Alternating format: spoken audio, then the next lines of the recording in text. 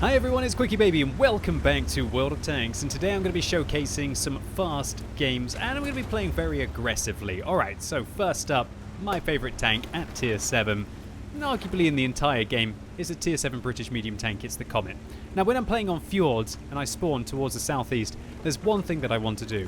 I want to get into the dip location that we see over here. If I can get into this dip location, I just feel like I can absolutely dominate it, or at least force the enemies to come down to fight me here. Alright, so how do I like to get through into this dip? Well, there's a nice little slope you can use here, and you can use this position if anybody YOLOs around the corner to give you some protection. Also, if you feel that there's a heavy tank that's going to push aggressively around this corner and I've made my way up here, feel free to fall back, because then you can like lure them into the open, and as soon as the enemies go there, then your friends usually will be able to shoot them in the side of the hull or in the side of the turret if they're being too aggressive.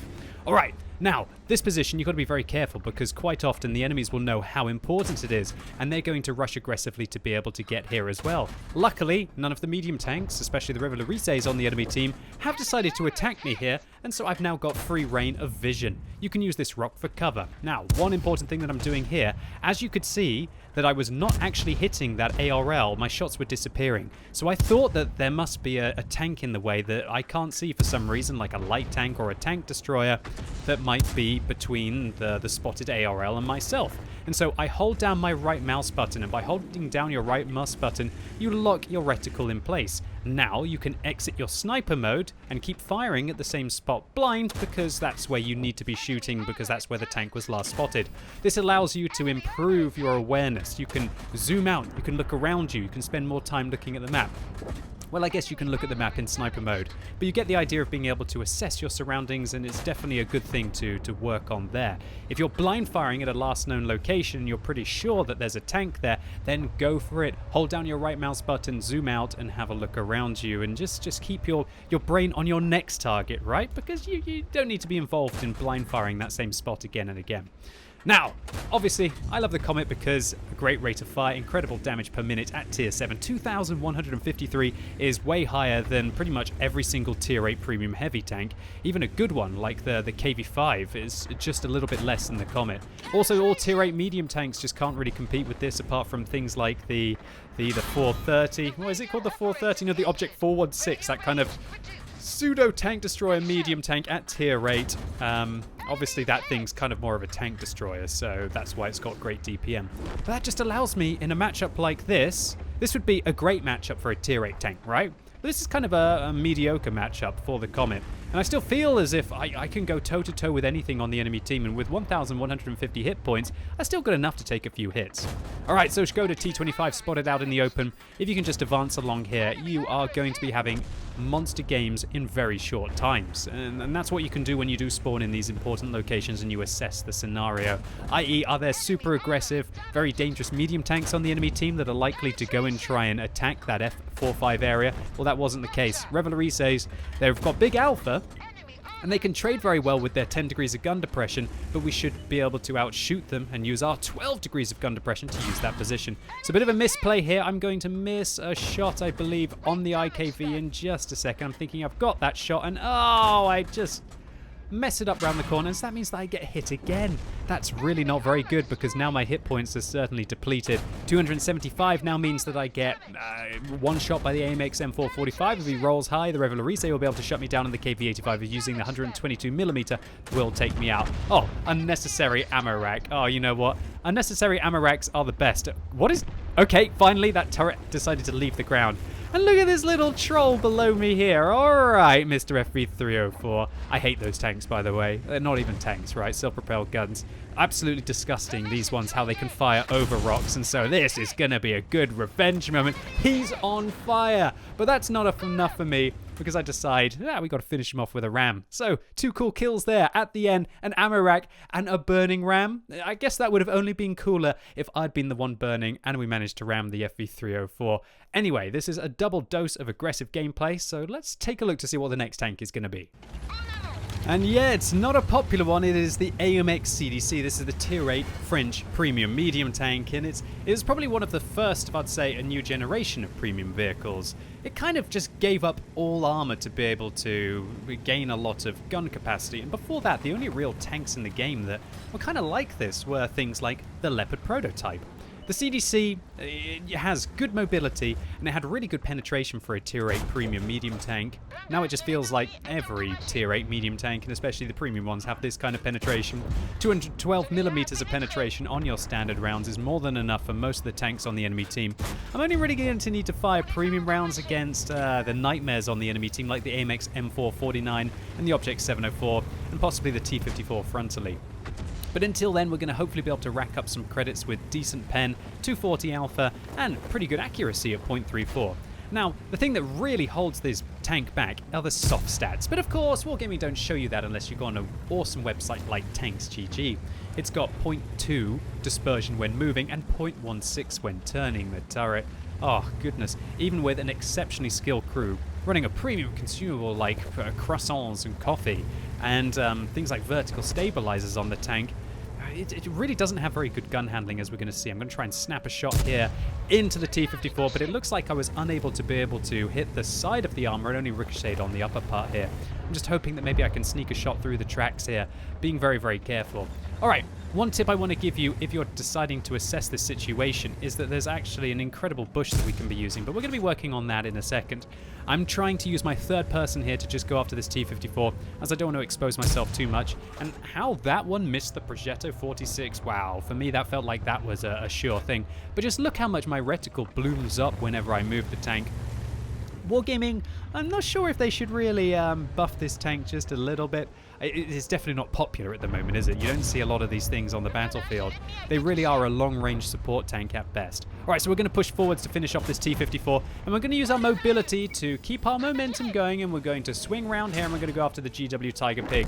And, oh dear, that was... oh god. That was a complete mistake by me. I was trying to move, and I think I probably just got that P43 turd just killed as the WT Alpha Panzer IV was going to shoot me, and then I crashed into him, and so the WT actually shoots the Tier 6 Italian medium tank, or is that a Tier 7 one? Oh, absolute apologies to that player on my team. Who is it? Pancalina, I'm really sorry if you watched this video, dude.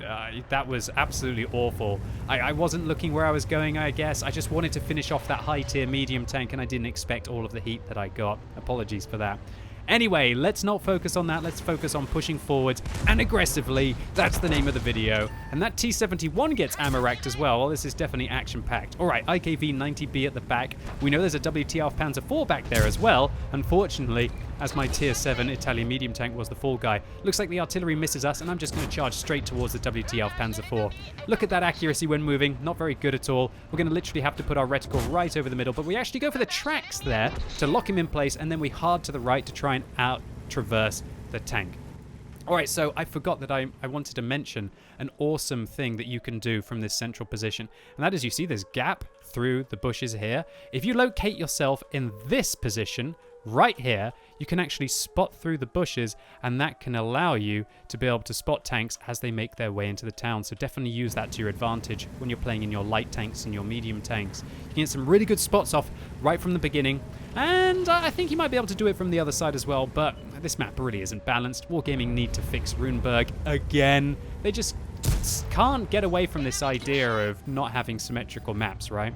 The reason why this map is just so crazy right now is because the team that spawns at the north can just sit here, shoot all the way through to the town, and then they can get to the mid-ridge quicker, and then usually they just win the east and then come around and they flank the heavies, and the enemy heavies usually win the town here, but they end up just sitting there for long enough for us to be able to flank.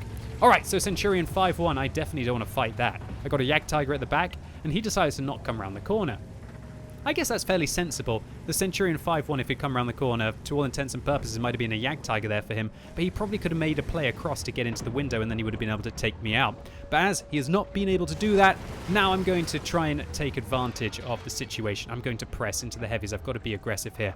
Clearly, that Centurion 5-1 is going to be able to take out my AMX 1357, and I need to try and assist my allies here by shooting this AMX M449.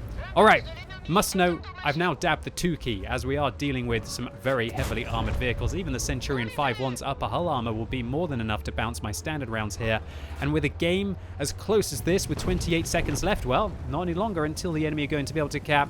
I just can't really afford any bounces at all. But I would have made more than enough with the near 3,000 damage that we've dealt before we started to dab the 2 key here.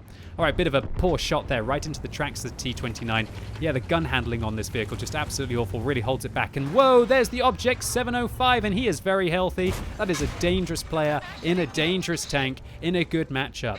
But fortunately for me, I use my mobility to avoid 2 shells from the enemy team, and I'm going to use that to go straight towards them. All right, my artillery are marking that position. Please don't fire artillery.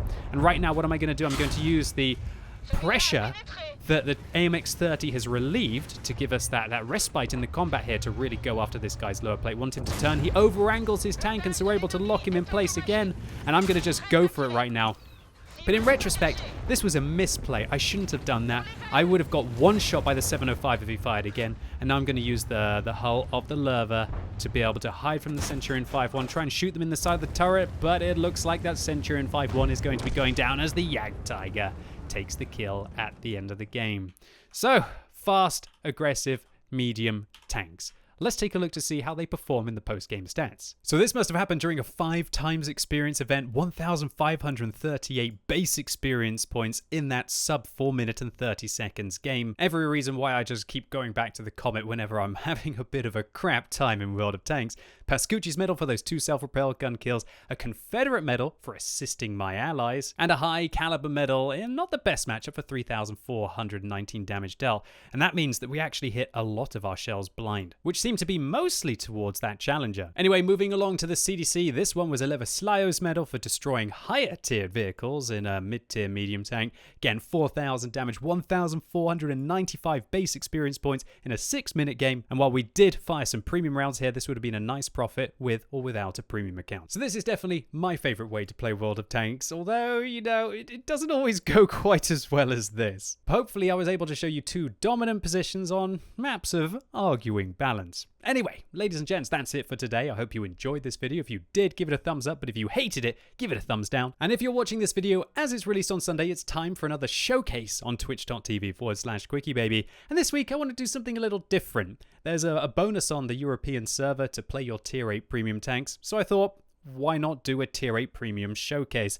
As it's one of my most frequently asked questions. Which one is best? Which ones are terrible? How do I try and deal with them when they're out on the battlefield? Come along, I'm going to play your most requested premium tanks right now in order of popularity. And so I'm really looking forward to seeing as many of you as possible right now on twitch.tv/QuickyBaby. And as always, thank you so much for watching. You've been epic, and hopefully I'll see you soon.